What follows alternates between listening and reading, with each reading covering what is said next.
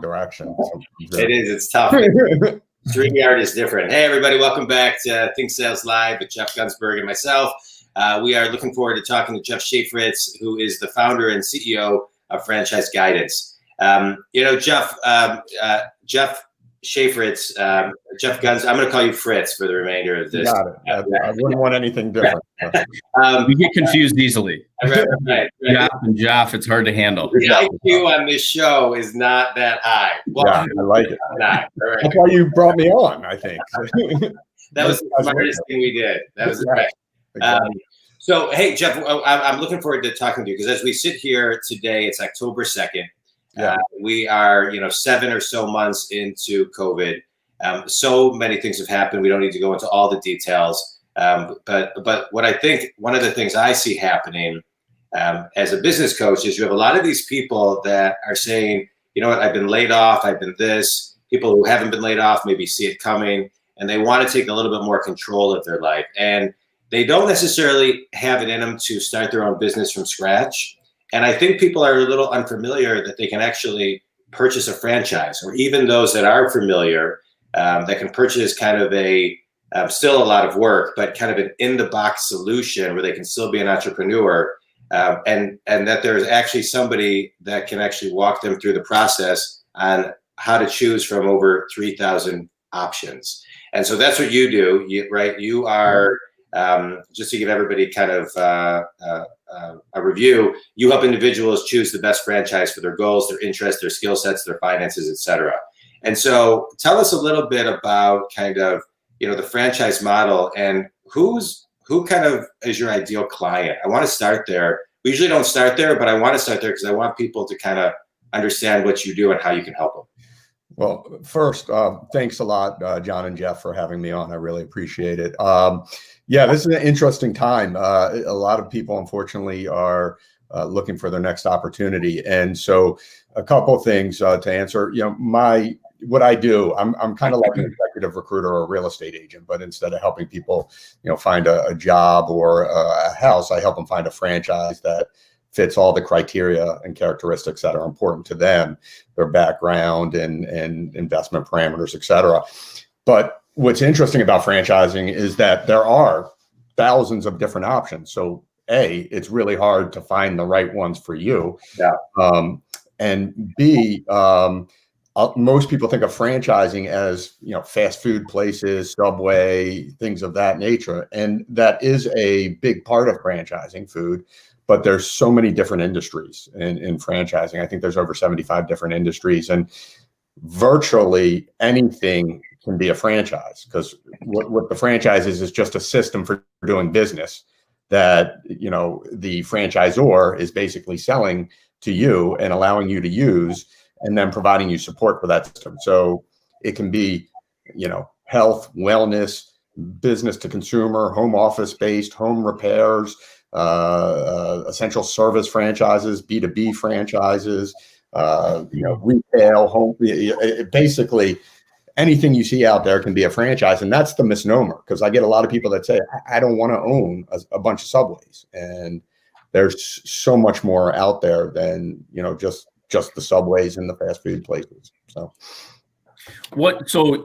you mentioned, fitting the criteria, like for a specific person, for people that are out there that are watching, what would you say, like the top 3 things, if somebody's, obviously somebody should come and speak with you, but what would you say the top, 3 things would be, if you could put it, in 3, for somebody to ask themselves to kind of give them an idea of maybe something that might work for them? That's a great question. And I like how you stated that at the beginning. Obviously, they should come to me first. But yeah, obviously. But in case I just want to say for the record, I have Fritz is a friend of ours, and I have referred people to Fritz. He has gotten them into the franchises that they never thought they would get into because they didn't know what was out there. And right. So I've kind of seen the whole kind of continuum working with Fritz, and it's been great. It's been and I think that's somebody it's such a good point, because it's just as simple as people don't know. Like they just don't have an idea of even where to begin or to think about it. So coming to you is the first important step. No, I appreciate that, and whether you come to me or not, the most important thing that you do is you really sit down and get an understanding of yourself. What are you really trying to accomplish with the business, and what are your strengths, and as far as skill sets, and what characteristics are really important to you in finding the right business. And then lastly, making sure that you don't go into business undercapitalized. It's the number one reason people fail in business, in my opinion, because if you have enough working capital and your business isn't, taking off the way it should, it's not the end of the world. You can withstand and do the things necessary to continue growing your business. And a couple examples would be, you might love golf. Man, I love golf. If I could open a golf shop, I could just make a ton of money and talk about golf all the time. But what you don't stop to think about, besides the fact it's a low margin business, when you want to golf is when all your friends want to golf. And when you need to work is when you'd want to golf, because that's when everyone's coming into the store.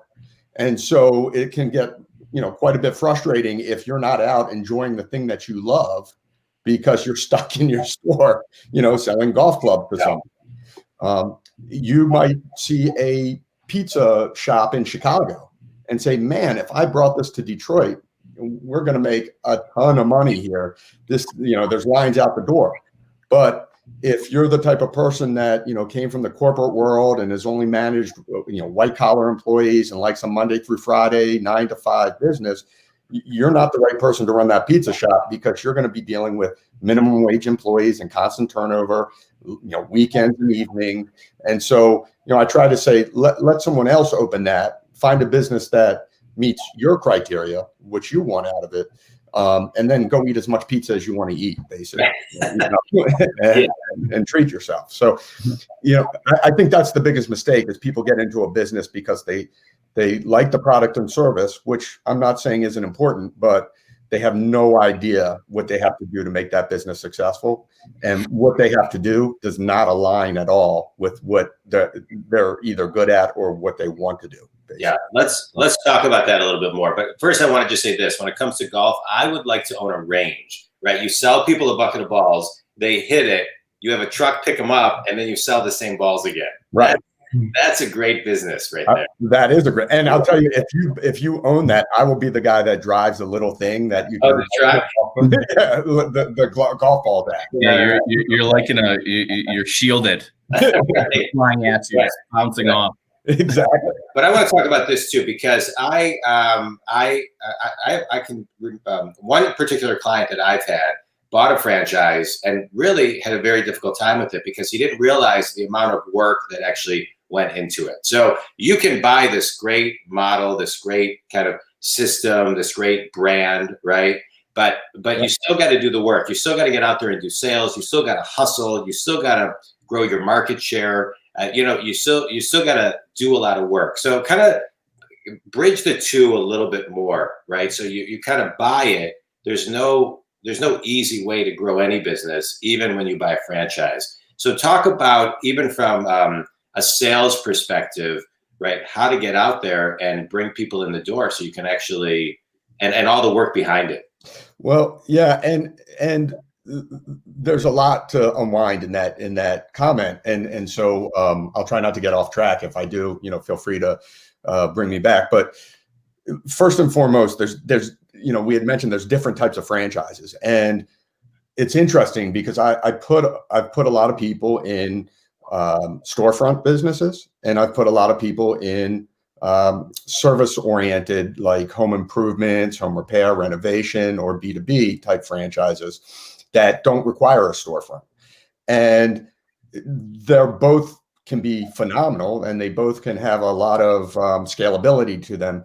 But what's worked really well right now in the pandemic has been a lot of the non-storefront businesses that are essential service businesses, right? So painting businesses, plumbing businesses, anything to do with home improvement or restoration or renovation has been, doing incredibly well because people are around their homes all the time now, and they need to be around their homes. And those type of businesses specifically, going back to, you can't just, buy the franchise and nothing happens, require you to run the business efficiently and to get out and hustle some. And so you will see somebody that has a painting franchise and two similar markets, one person that will be super successful, and the other person is struggling, yet they both have the same system, right? They both have the same tool. And what I tell people all the time is the franchise is the tool to help you be successful, but they're not going to run the business for you. You still have to run the business.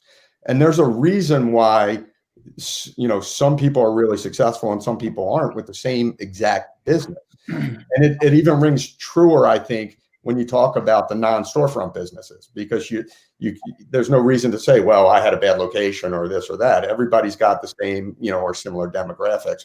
So you want a good franchise that has all the tools, but you still have to drive the business. You still have to make it work. There's no question. And the reason you buy the franchise is by the time you figure out how to brand it, what technology to use, when to hire new employees, what kind of systems, operating systems, you've spent a heck of a lot more than the franchise fee in many cases. And a lot of times you're out of business. So with the franchise, you're going to training and you've got all these tools at your disposal. You're ready to start.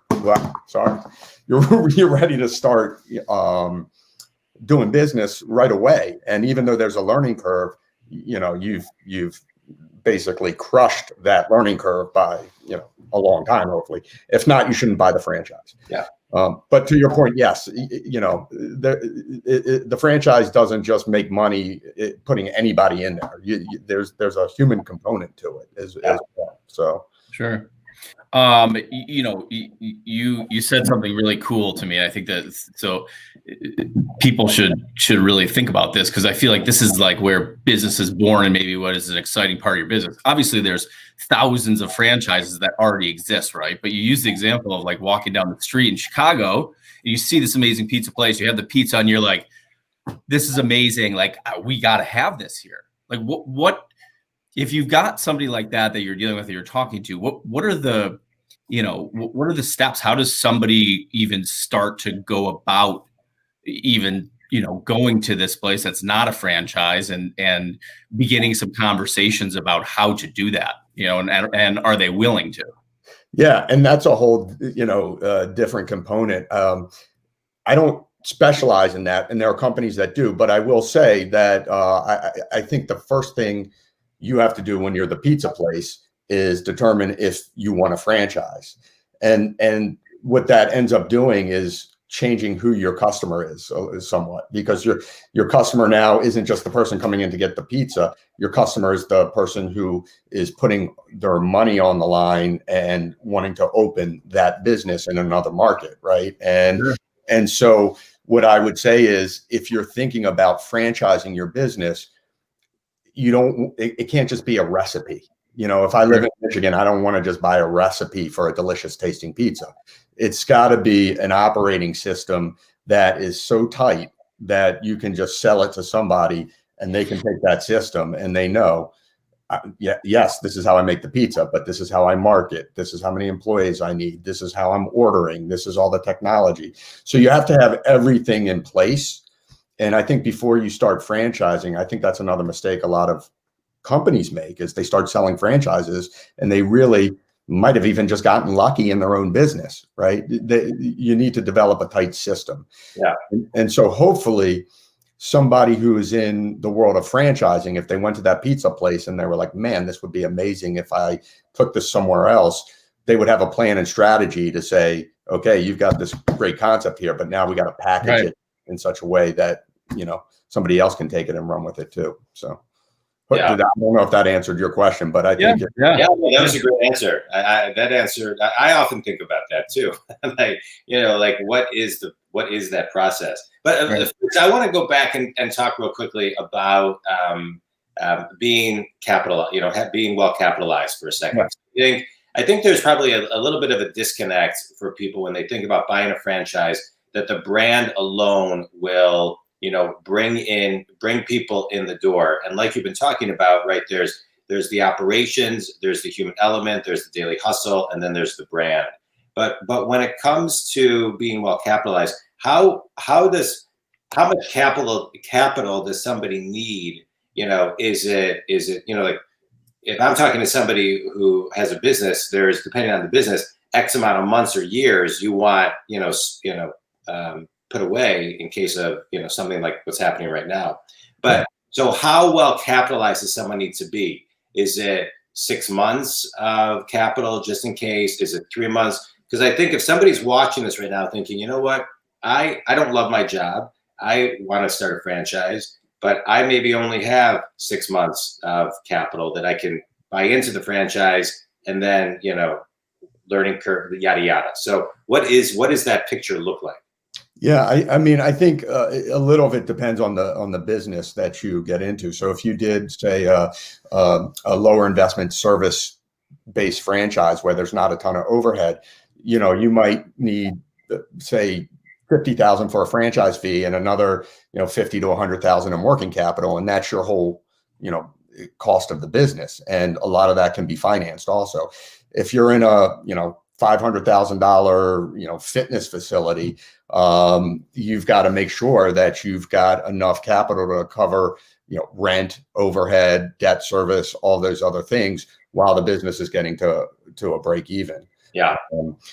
But there's also, and, I would say, yeah, like 6 months of working capital would be, something that you would want. When I sit down with people, I tell them there's 3 buckets that you have to think of, and you got to make sure all the buckets are covered. One is how much it costs to buy the business. The other is how much working capital you need to run the business to get it to a break even. The third one is living expenses, that you have to cover yourself too. And so if you're used to making $100,000 a year, for argument's sakes, and you need to make $100,000 a year, then you need to throw that into throw $100,000 into the business model, so that you're prepared to cover your living expenses while you build it. And hopefully you don't need that whole $100,000, because maybe, the first X number of months, you're not taking any money out, but then you start to take a little out here and a little out here.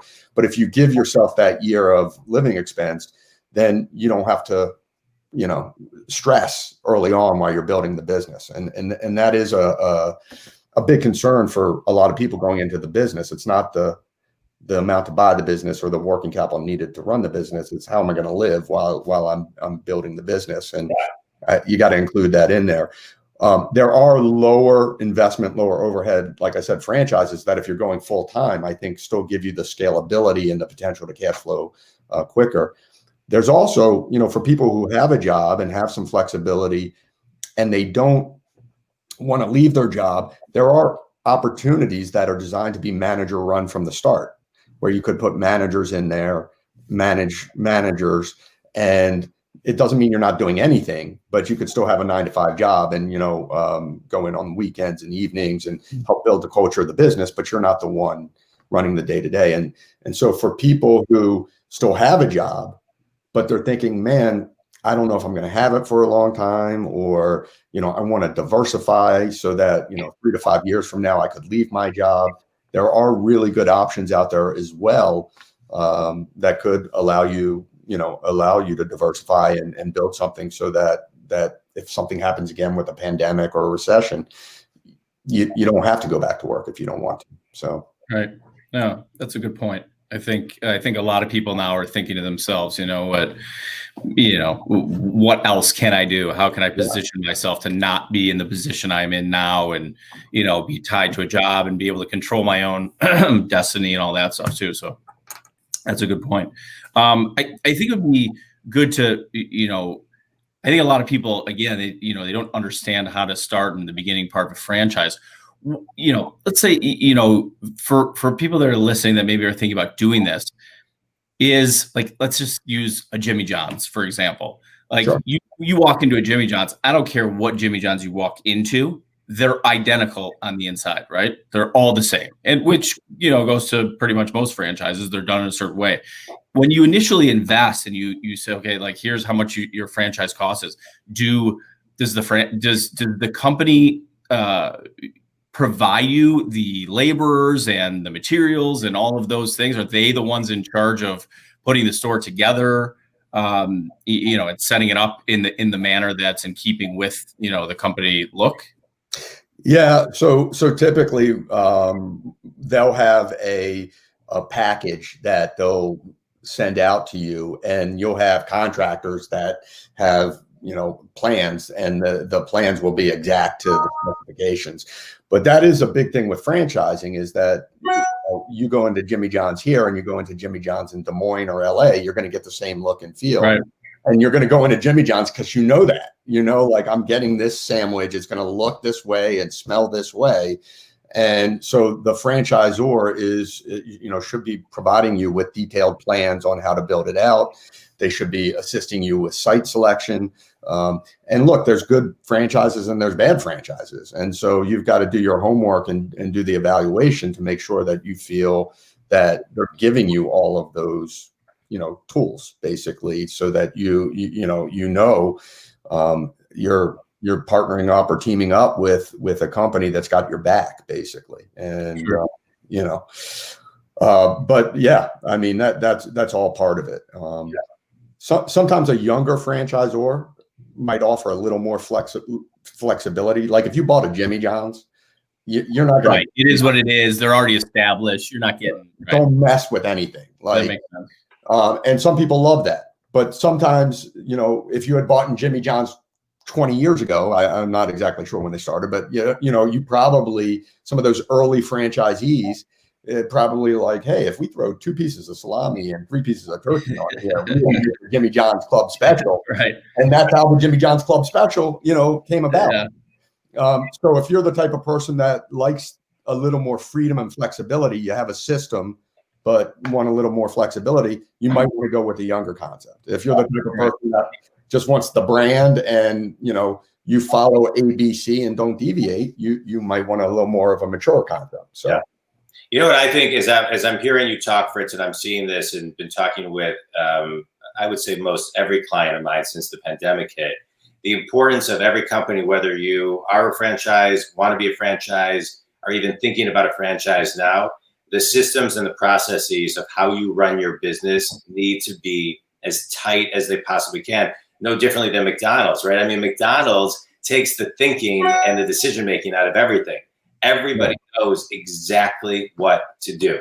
So I love just the undertone theme of all that. But so I have a question for you when it comes to franchise. What are the top 3 franchises right now?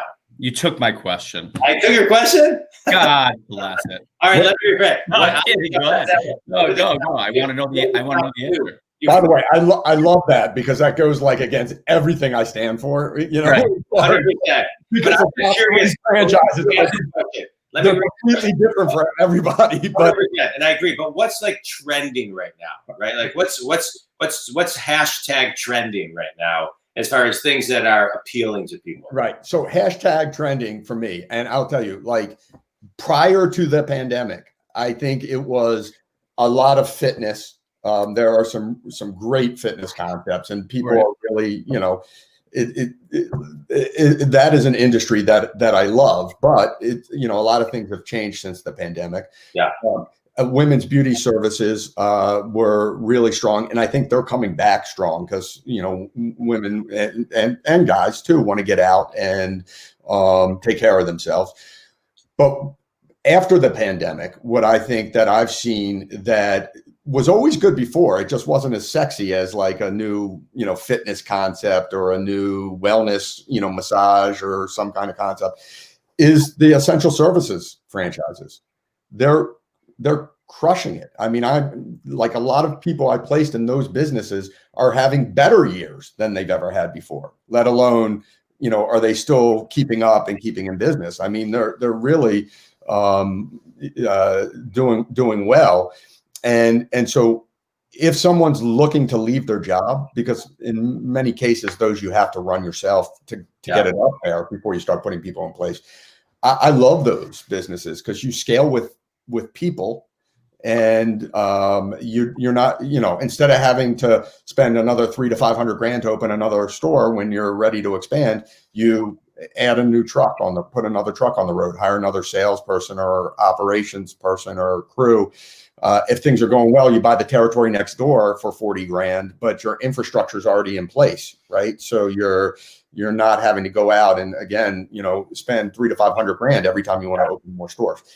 As far as the storefronts go, though, what I see as being really hot right now, in fact, I just helped somebody in Detroit get into a couple of these that'll be opening soon, is the office suite business. Yeah. So people say, well, the office suite business, like Regis type. Yeah, like Regis, WeWork. But the difference is a few of the franchises that I really like kind of cater more towards the suburban areas versus the downtown areas. And people think, well, aren't people going to be working from home more? And they are. And that's why I even like it even more, because companies are going to be consolidating. Yeah. Right? We work from home.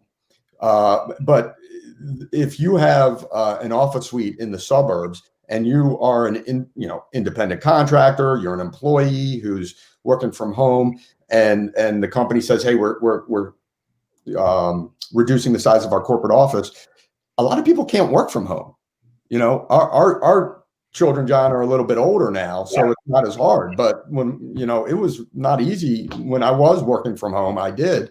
And if there had been an office suite like right down the street, I probably would have taken it. Yeah. So I think while there's going to be a lot of consolidation in office space, I think there's going to be an uptick in that. I agree.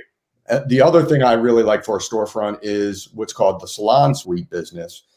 Again, some people aren't comfortable going into a big space, where they're getting their hair cut or what have you.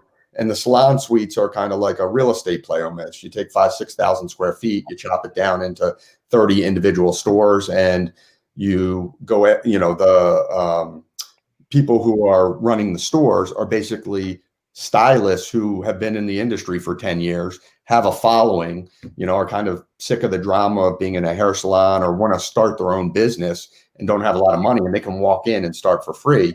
And the franchise owner is the person that's leasing out the spaces to the 25 or it's a great model. It's a great model. Yeah. So those type of things I think are doing very well, long term, but they're also kind of pandemic resistant, so to speak. Yeah. Plus, too, like to speak to your point about the office, also, it's that, there is going to be some consolidating, but there's also going to be, folks who have to have an office, but they have to change their office. And although they have all this space and they used to be able to fit, 20 people in this space, now they only can fit 15 people in there because they got to spread it all out. So that kind of an option, just say, oh, you know what, listen, let's just move, five of the people over to an office type share like that, instead of going out and leasing a whole new space and going through the motions of that too. So, just you know what I think we're going to start to see is, I agree with everything you just said, Fritz. But I think that these office suite models are also going to, I think we're going to start seeing where it's kind of like renting a ballroom, but there's going to be different sizes. So there's going to be, 3 conference rooms, 5 offices, tons of cubes, where companies who are going remote are saying, okay, every Wednesday as a company, we are working together on Wednesdays. Yeah. So companies will be renting out like once a week, kind of a floor plan that fits them. So there will be small, medium, and large floor plans. And then everybody kind of leaves those Wednesday meetings. I'm just throwing that as an example. They go, they know exactly what they need to do because the systems and the processes of the companies are tighter. Everybody's on a business plan. And then they go to work. They keep their kind of Zoom meetings going. They come together on Wednesday in their kind of, weekly rented space. Yeah. Right. And they do it now, they're already set up for it. Like these, like the Regis type spaces, they do that with like conference rooms. So for them, it's, they're already in that mindset, I think. So they're like, okay, if you can use this one for free, but if you want this one, it's going to be $100 for the next hour. Yeah. And most of the office suite, like Regis is starting to come into like, more suburban areas, but like, the WeWorks and everything, they were all downtown, and for people who, can't work from home, they don't necessarily want to drive downtown. They just want to find a place, within a few minutes that they can have their own space basically in a while or meeting. The other thing is that I think is going to be pretty hot too. Is I'm looking at us in our, well, you're in an office, right, Jeff? Not in your house. Yeah. So I go back and forth from home and gotcha. I think there's going to be a lot of opportunity for like storage and closets and home offices, because so many people now are working from home that the companies that, you know, kind of specialize in design and building cabinets and all those things to make, you know, a nice home office, I think there's going to be a lot of opportunity there too. Yeah. And there's some really good companies that I think were focused initially probably more on like storage for garages, storage for your closets and things like that. They're branching out, and you're seeing a lot of things going on with office design and things like that as well. Home office. People are sitting there, you know, at home. And they're, you know, I mean, I've done it where you're looking at it like, oh my God, I got to fix this. This looks terrible. That looks terrible. And you're just, you know, you're, you know, and you know that there was money out there in the street. People have, you know, some money to spend, and I think that makes sense. Yeah, it's crazy that we're talking about, you know, who would have thought we'd be using the term 6-7 months ago? You know, this is pandemic free. This is pandemic free. Like, I can't wait. We'll have you back on the show. Like, I mean, more than this, but like every 3 years to see, like, you know, how the world has changed. Exactly. Right. 10 years from now, it's like this conversation will sound archaic, right? Right. And it's amazing how much the world has changed. There's a study pre-COVID that by the year 2030, 85% of the jobs that exist don't exist today in 2020. And That's so crazy. the world is evolving so much. And so what I hear you saying is it's important for companies to be innovative, to think differently, to understand and forecast, you know, where they're going, be well capitalized, have their systems and processes in place, because you got to always, and have that plan B and C, because you always got to be ready to pivot and adapt. Absolutely. Right. Yeah. And to that point, if you're looking at a franchise and you don't feel that the company has that stuff, right? They might have a cool widget or something like that, but they don't have that stuff. You shouldn't buy the franchise. Yeah. Right. Whether I show it to you or not, because, you know, I work with so many different franchise companies. My role is to say, here's some companies, you got to investigate them. Here's how you investigate them. But at the end of the day, you know, you're buying a system. So just because you make a good sandwich doesn't, I only want to stress that point, because you again said they got to have the systems, they got to have the business model. Well, that's what you're buying. You're not buying that they have a tasty sandwich, you know. Right. So I introduced you to my buddy Jeff Fenster, who his company. Another Jeff. Yeah, another Jeff. Jeff. We started the company, 3 Jeffs. Right. His company's Everbowl. He's franchising it. It's great. I'll introduce you guys. Yeah, definitely. No, I haven't met him. All right. Ready for the speed round, man? Sure. Jeff, kick us off. Speed round. Best piece of sales advice that you've gotten over your career. My best piece of sales advice is to listen to what people are saying and not to talk. Basically, Love that. Yeah. I'm still working on it. Yeah. I didn't take the advice. Right. It was just good advice. I don't use it. Right. I don't use it, and I feel like the person telling me that had a reason to tell me that. What I can't do, teach. Right. Right. Oh yeah. So that's right. Favorite business book or sales book? Favorite business book or sales book is, and it sounds really bad when I say it, because it doesn't make me look good when I'm telling somebody to read it, but it's really helped me personally. It's called Feel the Fear and Do It Anyway. It's by Dr. Susan Jeffers, and it just really helps you through life. It's not like, oh, just buy this franchise, but it helps you to be able to make decisions and take challenges. So I love that. I thought you were going to say like Green Eggs and Ham or something. You're like, I really should say, because that is a great sales book, because you're like, this really is not. But if you read that book, he says no like 70 some times, right, to get to the yes. Yeah. Another good book. I like, by the way, really short books. So Green Eggs and Ham is kind of on my on my level. 15 pages.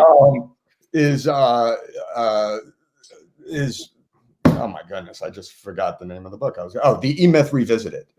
Great book. Great book. Yeah. Which is basically talking about how a lady made great pies, but until she systemized her business. Correct.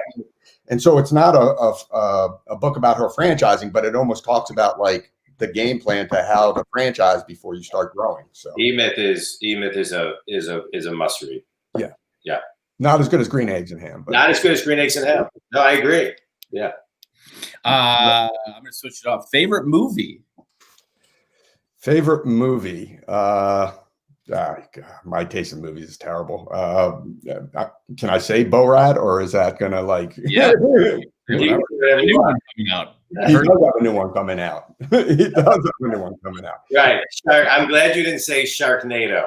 Yeah, no, I actually love Schindler's List.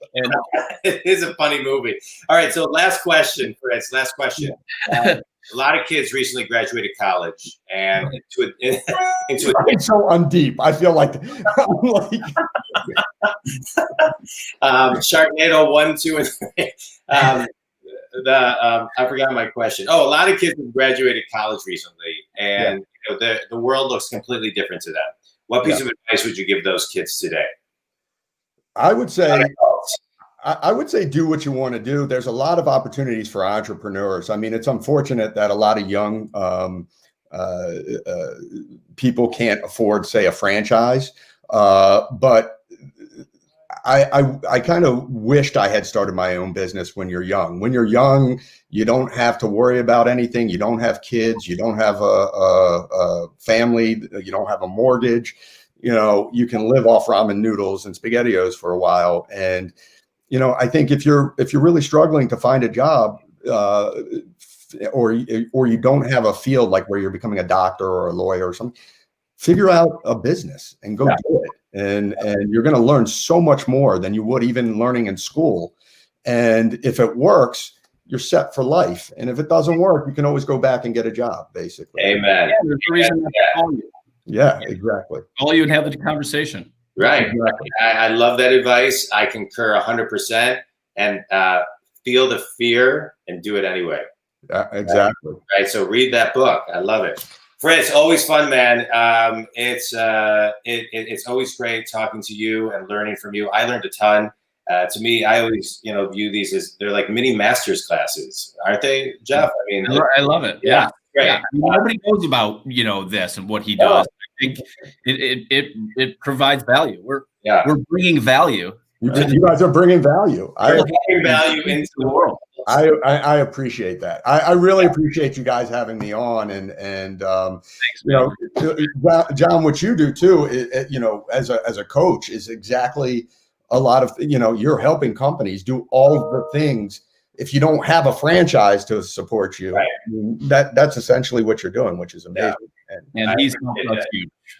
John's the man. He knows what he's doing. Yeah, for sure. And I've worked with you too, and I know you know what you're doing. So, well, you know what? It's interesting because we're talking about E-Myth and systems, and the title procedure, what Jeff does, is it has to have a system. It has to have a process. Yep. They're the quarterbacks of all this transaction, right? And a lot of people, like franchises, people don't know about it. It's kind of like, okay, you have the real estate broker, the banker, and then you need the title person to facilitate everything. They've got to be in front of every system, every process. And so it's critical. Everything we talked about today, I think, is applicable whether you buy a franchise or not. But I think, if you're thinking about buying a franchise, step one, like Jeff said earlier, call Fritz. Call Fritz. I like that one. 1-800 call Fritz. Exactly. I can take that out. Right. Call. That's a good branding thing right there. I know somebody who sells 800 numbers. I'll put you in touch. I'm serious, by the way. I love it. I'll take it. Wait, what did you say? I said I know somebody who sells 800 numbers. Like he buys just constantly. Why did you call Fritz? Yeah. Yeah. Jeff, your business is like the perfect, like John, I know you absolutely are super passionate about coaching, but I maybe I'm wrong, but I can't imagine you woke up and said, I love title.